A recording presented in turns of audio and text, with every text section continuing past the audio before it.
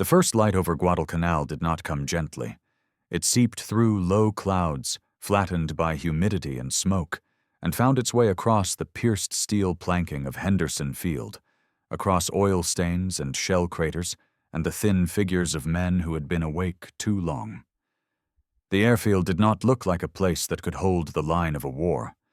It looked like something improvised, a field hospital for machines, surrounded by jungle and graves. The engine of an F-4F Wildcat coughed once, then again, then finally caught. The radial shook the whole airframe, rattling loose dust from the corrugated steel, throwing that particular smell, aviation fuel, hot oil, and damp earth, into the morning. The aircraft was not beautiful. It was squat, with a barrel-shaped fuselage and thick wings, more like a piece of farm equipment than a dueling sword. Its sides were scarred from repair patches, its paint faded by salt and sun. The name stenciled below the cockpit was simple: Foss. Inside the cockpit, Joe Foss ran through the checklist almost by muscle memory. Mixture, prop pitch, flaps. He moved slowly, not from hesitation but because every joint complained. Fever had been through him again the night before. The medics called it malaria. Out here, it was just part of the island. His flight suit clung to his back. He blinked away sweat and the lingering ache behind his eyes. The night had been restless, full of the distant boom of naval guns somewhere beyond the dark treeline and the intermittent thud of artillery probing the perimeter. He looked left and right along the dispersal area. Other Wildcats were starting up, their engines adding to the chorus, shaking the airfield in a bass rhythm. Some taxied with one wheel bouncing over a patch of uneven steel. Others had ground crew still working under their wings, hands black with grease, tightening panels that were never meant to be opened so often. Somebody slapped the side of a cowling and stepped back, waving. Beyond the runway, the jungle was a wall of dark green. Beyond that, the sea. Beyond that, over the horizon, carriers and cruisers and airfields that fed the machine aiming at this island. That machine was, on paper, superior. Better airplanes, more experienced pilots, a navy that had spent years believing it was the sharpest instrument in the Pacific. On that morning in late 1942, that machine was again reaching for Henderson Field. The warning came not from the horizon, but from a bunker dug into coral near the edge of the field. The radar set, an ungainly thing with cables and humming boxes, had picked up returns before sunrise. The phone line to the control shack was a lifeline of its own. The word moved down the line, through the tower, out to the crews. "Raid inbound, big one, form up." To a man standing on the ground, the sky looked empty. To the radar operators and the staff officers, it was already congested with metal and intent. A formation of bombers, escorted by fighters, moving south. The same pattern as the week before, and the week before that. The same pattern that had burned ships in Iron Bottom Sound and left craters along the runway that had taken days to fill. Joe eased his Wildcat into position at the edge of the strip. The radio crackled with brief, clipped instructions. He had 8 aircraft, including his own, to meet what might be 3-4 times their number. Some of his pilots were still new to the island, still getting used to the way the ground seemed to shift under their feet after too many hours in the air. Others had more flight hours in combat than most peacetime squadrons would have recorded in a year. The control officer in the tower looked at the thin line of Wildcats, their prop arcs shimmering in the rising heat, and understood the numbers in a way that did not require mathematics. The island had 1 fighter strip. The aircraft parked on it could be counted quickly. The radar reports could not. The difference between those 2 counts, in a rational world, would have led to an evacuation order, or a negotiation, or a surrender. Instead, the order was simple. Cactus control to all Wildcats. Scramble. Vector 320. Angels 15. Intercept. Joe pushed the throttle forward. The Wildcat lurched, then rolled, heavy on its narrow gear. The pierced steel planking clattered under the weight. The end of the runway seemed too close, as it always did. The aircraft, burdened with ammunition and fuel, hesitated, then finally left the surface, the gear swinging up and locking with a muted thud. The jungle dropped away. The air became thin and clear, the island laid out below like a map someone had spilled mud on. He formed his section, then the division, climbing into the direction indicated by the faceless voices in the shack. In the distance, cloud layers stacked like sheets of metal. Somewhere in that haze were bombers aimed at Henderson and fighters aimed at him. The sun caught the canopy frame and flashed. He adjusted his heading a fraction of a degree. Small corrections were all he had. The Wildcat was not fast. Joe knew the numbers by heart. He also knew what his aircraft could take. It could carry armor, self-sealing tanks, and a pair of heavy machine guns in each wing that, when they spoke together, could cut through aluminum like wet paper. It could dive without coming apart. It could bring a pilot home with holes big enough to climb through. None of those qualities would matter if they could not climb high enough, early enough, to meet the bombers before they released. Far above the jungle, above the swirl of ground mist, the first specks appeared. They were small against the light, slightly staggered, moving with a steadiness that only a tight formation carries. Behind them, slightly above and out to the sides like watchful wolves, smaller specks, fighters, light catching their wings at certain angles. The distance closed. The contrails of the bombers drew faint chalk lines in the sky. Joe's flight leveled off below and ahead of the incoming column, noses pointed up just enough to trade speed for altitude when the time came. He felt the engine's vibration through the controls, a living thing in front of him. He checked his wingmen again. They were where they should be. The Japanese formation did not maneuver. There was no reason, from their point of view, to doubt the outcome. Heavy bombers, fast, agile fighters, an airfield at the edge of supply, defended by tired men flying slower machines. For a moment, in the thin air between forces, there was a kind of quiet. Not the absence of sound, but the absence of decision. Then Joe Foss pushed the throttle forward, eased the stick back, and pointed his slow Wildcat straight at the lead bomber in the formation that was supposed to erase his airfield. On the other side of the ocean, far from the humidity and the red clay of Guadalcanal, there were briefing rooms lined with charts, long tables with clean maps, and officers who had never seen the jungle except as a green shape with contours. In those rooms, the Mitsubishi A6M0 was a symbol as much as a machine. It stood for years of investment in training and doctrine, and the belief that war at sea would be decided by those who mastered the air above fleets. The Zero had earned that belief. In the early months of the war, it had outflown and outfought opponents from China to the Philippines. American and British pilots had gone into combat in aircraft that were heavier, slower, less responsive, and they had paid for every mistaken assumption with lives and twisted metal. Reports came back, from survivors and intercepts, of a fighter that could turn inside anything, climb sharply, and seem to hang in the air on the edge of a stall and still obey its pilot's hand. The Imperial Japanese Navy had built not only an airplane, but a story about that airplane. In that story, skillful, disciplined pilots flying the Zero could offset numerical disadvantages. They could project power over long distances, thanks to the aircraft's range, striking foes before those foes could mass. The decisive battle would be fought on terms the Navy chose. The men who trained pilots repeated this story. The men who drew up operations plans accepted it as a given. Inside ready rooms aboard carriers and land bases, young pilots sat with cigarettes and notebooks, listening to instructors outline tactics that had worked. They saw photographs of burning enemy aircraft, lists of victories chalked on the sides of Zeros. They saw the war not as a contest of production lines, but as a series of duels, and they had, up to that point, been winning those duels.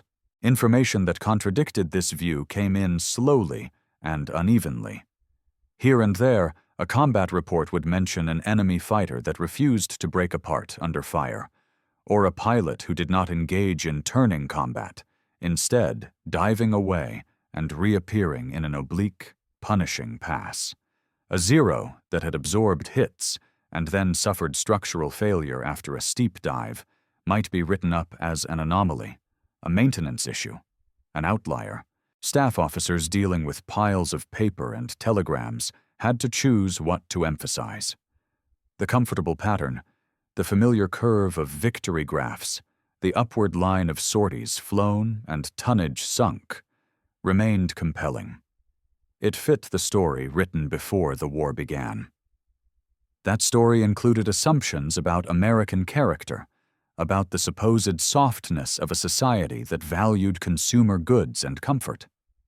It included assumptions about industrial capacity, filtered through pre-war estimates and framed by wishful thinking.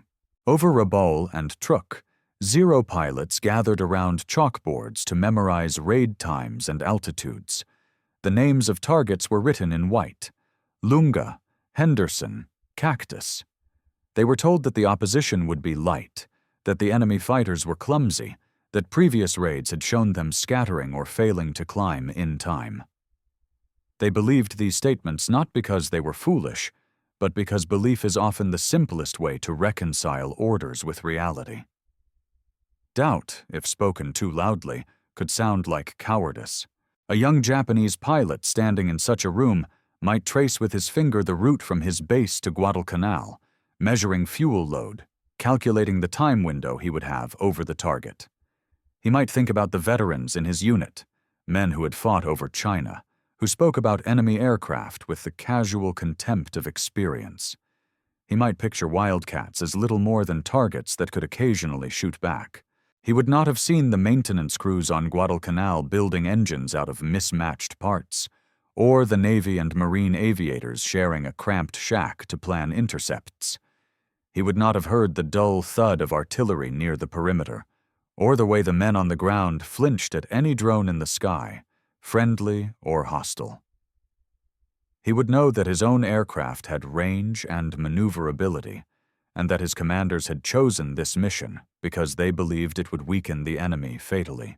Periodically, senior officers would gather around operations tables to review losses and gains. On those tables, aircraft were wooden markers. A few taken away after each raid, a few marked as damaged but repairable. The numbers, in the early weeks, still appeared acceptable. Attrition was tolerable. The decisive battle would justify it. The belief structure built around the Zero remained intact. Superiority in pilot skill and aircraft performance could offset the industrial disparity they knew existed, but preferred to keep in the realm of theory. When reports began to show increased resistance over Guadalcanal, something hard to quantify crept into the margins of the briefings. Enemy pilots more aggressive. Bomber losses higher than expected. Fighter escort engaged in prolonged combat. Yet, as long as the airfield on Guadalcanal could be cratered, as long as supply ships could be caught in the Sound, as long as the jungle island could be starved of fuel and ammunition, the story held together. The first cracks came not from a single catastrophic loss, but from patterns. Bombers that did not return. Pilots with many missions behind them failing to come back from relatively routine raids. Fragmented, conflicting accounts from survivors who described enemy fighters diving from unexpected angles, taking punishment and returning again and again. A Zero pilot who limped back to base with a cockpit smeared by oil and the tremor of a damaged engine might mention a particular blue-gray fighter that seemed to shrug off hits and keep climbing. Those remarks went into debrief forms, which went into files. Clerks typed them. Intelligence officers read them, but had other tasks. Doctrine, once established, does not yield easily. The belief that what had worked would keep working persisted, even as the margin for error shrank. Over an island airstrip, someone had decided to call Henderson Field. Men who had been written off as undertrained and under-equipped were adjusting the terms of the engagement. At the ground level on Guadalcanal, revelation did not arrive as a speech. It came in the form of new procedures, new habits, and hard-earned understanding. The men flying Wildcats had learned, sometimes in the same day, they learned a comrade's name for the last time, which maneuvers led to survival, and which led to falling parts. They learned the limits of their aircraft not from brochures or demonstrations, but from watching how much damage one could take and still land on steel planking. One of the things Joe Foss learned early was that he had no business trying to match a zero in a flat turn. The Wildcat could not stay inside that circle, but it could use gravity and momentum in ways the zero could not safely follow. Diving, climbing in a zoom, rolling out of plane. These were not answers on a tactics exam. They were the difference between continuing to fly and becoming another smear in the jungle. On the days when weather and enemy movement allowed, pilots gathered in small groups near the edge of the strip to talk through what they had seen.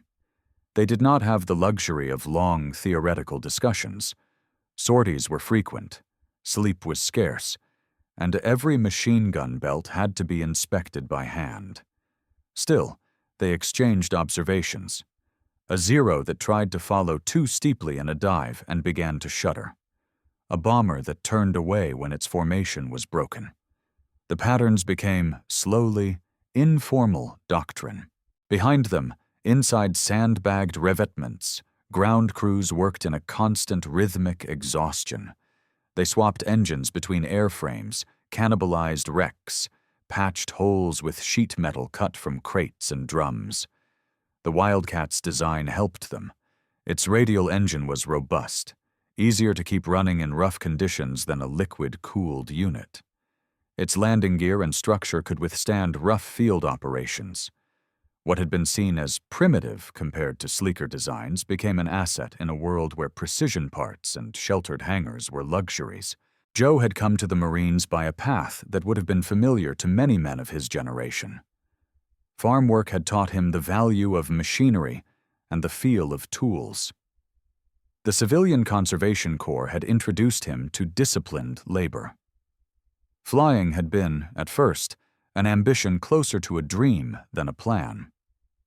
By the time he sat in the cockpit of a Wildcat at Guadalcanal, that dream had been compressed into something harder. There was no romance in watching tracers reach back towards you.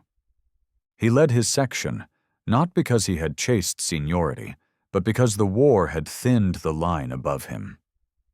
Experience accrued quickly in a place where every mission carried the possibility of becoming a statistic. He watched his wingmen closely. A pilot who could not maintain formation discipline under pressure was a risk not only to himself, but to the group. Yet within that discipline, there was room for individual judgment. When to brake, when to press, when to roll into a steep diving attack that would leave only a brief window for firing. Over time, these choices shaped outcomes in ways no one back in the States could fully appreciate. Reports could list enemy aircraft destroyed, but they could not describe the small decisions made in fractions of a second as a Wildcat cut across a bomber formation, guns flickering, the pilot's vision narrowing to a set of sights and the shape of a target. At Henderson Field, the Cactus Air Force was less an organizational chart than a living organism made out of Navy, Marine, and Army units stitched together. Aircraft types varied, schedules shifted, men moved from one tent to another as squadrons rotated.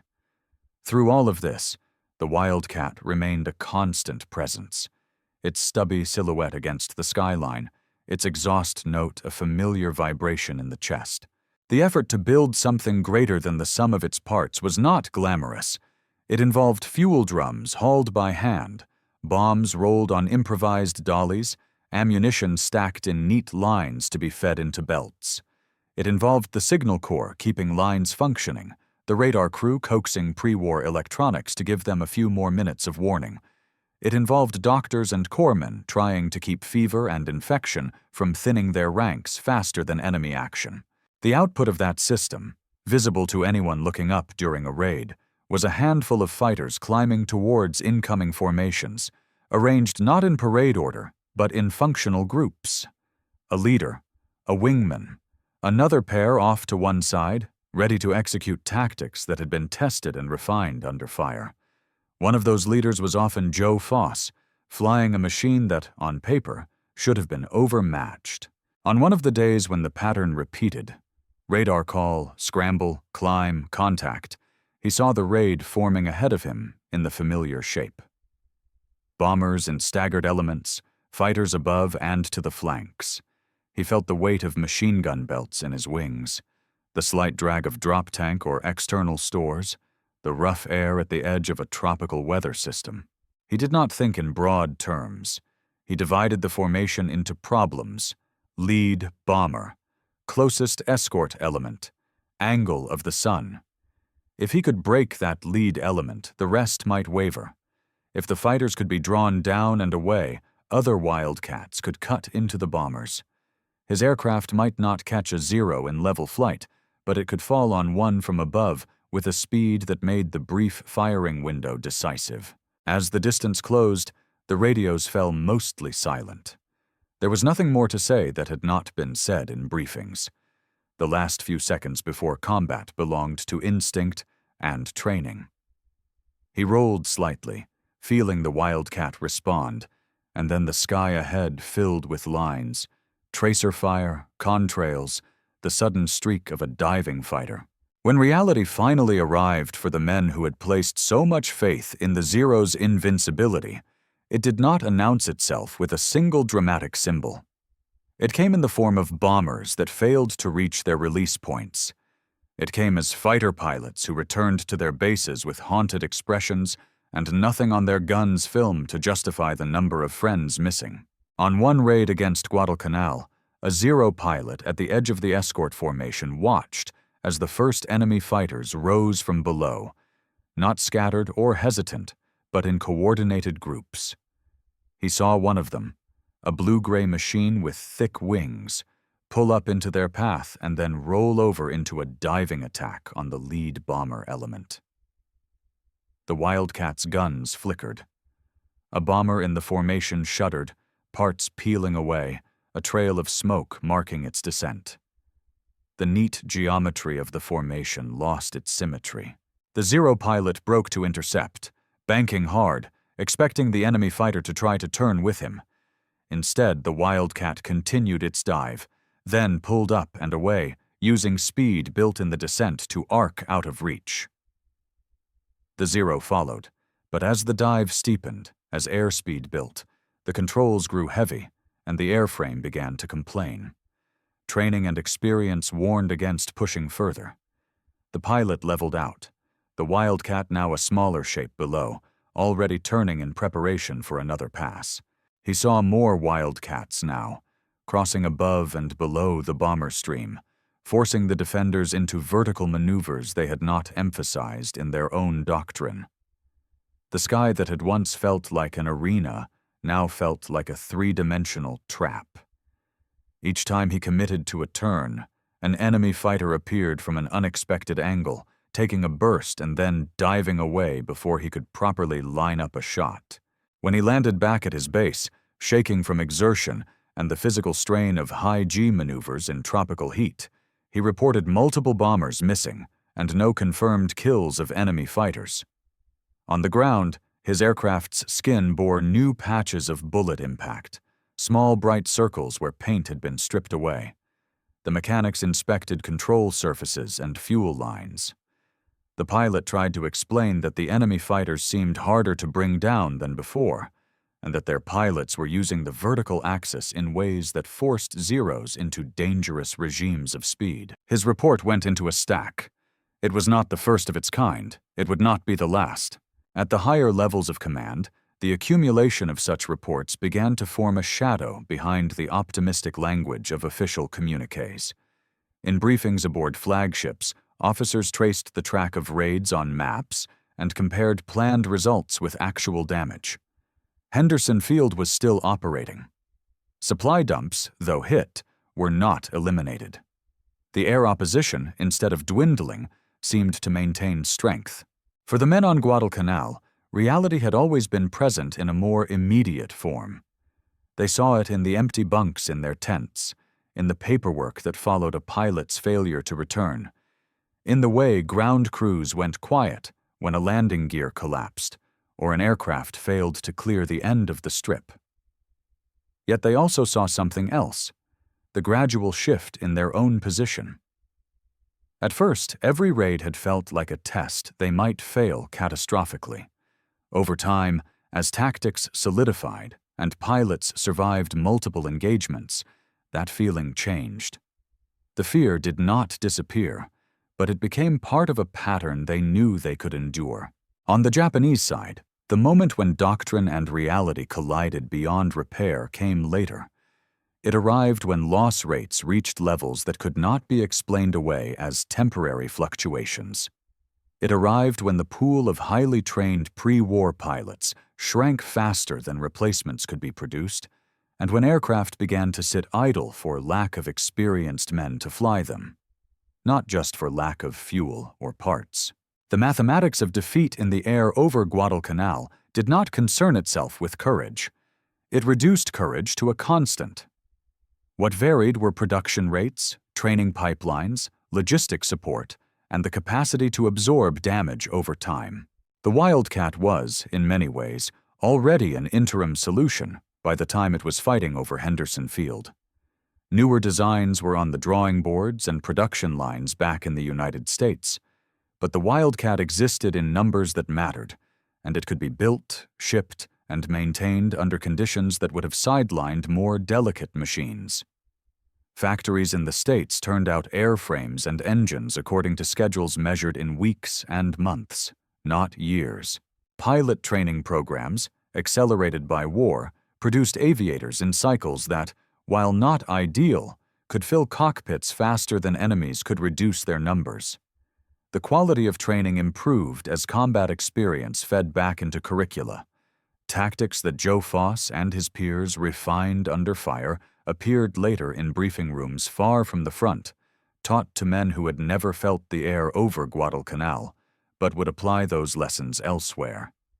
On the other side, the Japanese training system remained geared toward producing elite pilots through long, intensive programs. This had served them well in the years leading up to the war, when smaller numbers of highly skilled aviators could dominate less prepared opponents. In a prolonged conflict of attrition, it became a liability. For every experienced pilot lost over the jungle, the cost to replace him was measured not only in hours and fuel, but in the small, finite cadre of instructors and facilities capable of producing someone of similar skill. Aircraft production followed a similar divergence. While Japanese industry strained under resource constraints and strategic bombing, American factories multiplied output. For every Wildcat lost, another waited in a crate, or would soon. Behind the Wildcat stood the Hellcat, and behind that, other types. The pipeline was not only deep, but broad, supported by a continental economy retooled for war. Logistics sealed the equation. Henderson Field lay at the end of an Allied supply chain that, while vulnerable, was fed by ships built faster than they could be sunk. Japanese bases feeding raids on Guadalcanal depended on longer, more tenuous routes, with tankers and transports increasingly endangered by submarines and aircraft. Fuel shortages did not care about doctrine. In that ledger, the actions of one man, 26 enemy aircraft credited to Joe Foss in a concentrated span of weeks, were both significant and illustrative. Each downed bomber was not just an absence on a mission board. It represented engines, aluminum, training hours, fuel, maintenance, and a pilot who could not be replaced easily. Each fighter he shot down removed a node in an increasingly fragile network of experience. By the time the campaign around Guadalcanal moved into its later phases, The outcome in the air was no longer a question of moment-to-moment performance. It had been decided on a larger scale, in the interplay between industrial capacity, training philosophy, and logistics. The Wildcat, which had seemed outclassed on paper, had been given a system powerful enough to exploit its strengths and mitigate its weaknesses. The Zero, which had seemed unassailable, had been left attached to a system that could not sustain the losses its pilots inevitably suffered. When the time came for Joe Foss to leave Guadalcanal, it did not feel like a triumphant farewell. He was thin from illness, his body bearing the quiet cost of months of strain. The machinery of war rarely paused to mark the departure of one man, even one whose name had begun to circulate in newspapers back home. There was paperwork to sign, transfer orders to acknowledge, flights to catch. New pilots took the cots and cockpits he left behind. Later, he would stand in places far removed from the red clay and the burned palms of Henderson Field. He would shake hands in offices, pin on decorations, speak at events where the air smelled of polished wood and cologne instead of oil and cordite. His life after the war would move into politics, into institutions, into the civilian structures that had sustained the war effort he had served. To many who met him then, he would be a veteran with a record, a name on a list of aces. For the men who had shared the island with him, memory would not be organized by lists. It would be organized by days and nights when the sound of a Wildcat's engine overhead meant the difference between more craters in the runway and another day of operations. It would be organized by arrivals and departures, by tents half full after a bad week, by small routines that had made the situation bearable. In the larger history of the Pacific War, the air battles over Guadalcanal would be slotted into timelines and appendices. Historians would assign them appropriate weight in explaining the shift from early Japanese advances to a grinding Allied counteroffensive. Charts would show attrition curves, sortie counts, kill ratios, the particular texture of steel planking under boots, the way humidity made uniforms cling, the smell of a hot engine cooling in the evening, would be harder to capture. Yet those details, in aggregate, were the medium through which larger forces acted. Ideologies had sent fleets to sea. Doctrines had shaped the way pilots were trained. Industrial capacity had determined how many crates arrived at depots and how many engines sat on benches waiting to be installed. But in the sky over a small island, the interaction of a slow Wildcat and a supposedly superior Zero had, flight by flight, turned belief into error. The legacy of those encounters is not confined to museums or commemorative plaques. It lies in the enduring lesson that courage, while essential, is not sufficient. The men who strapped into Wildcats at Henderson Field did what was asked of them with a level of personal bravery that commands respect. The men who climbed into Zeros to escort bombers toward that airstrip did the same. What separated their fates was not virtue, but the systems that stood behind them. War, in that sense, is less a matter of isolated heroics than of alignment.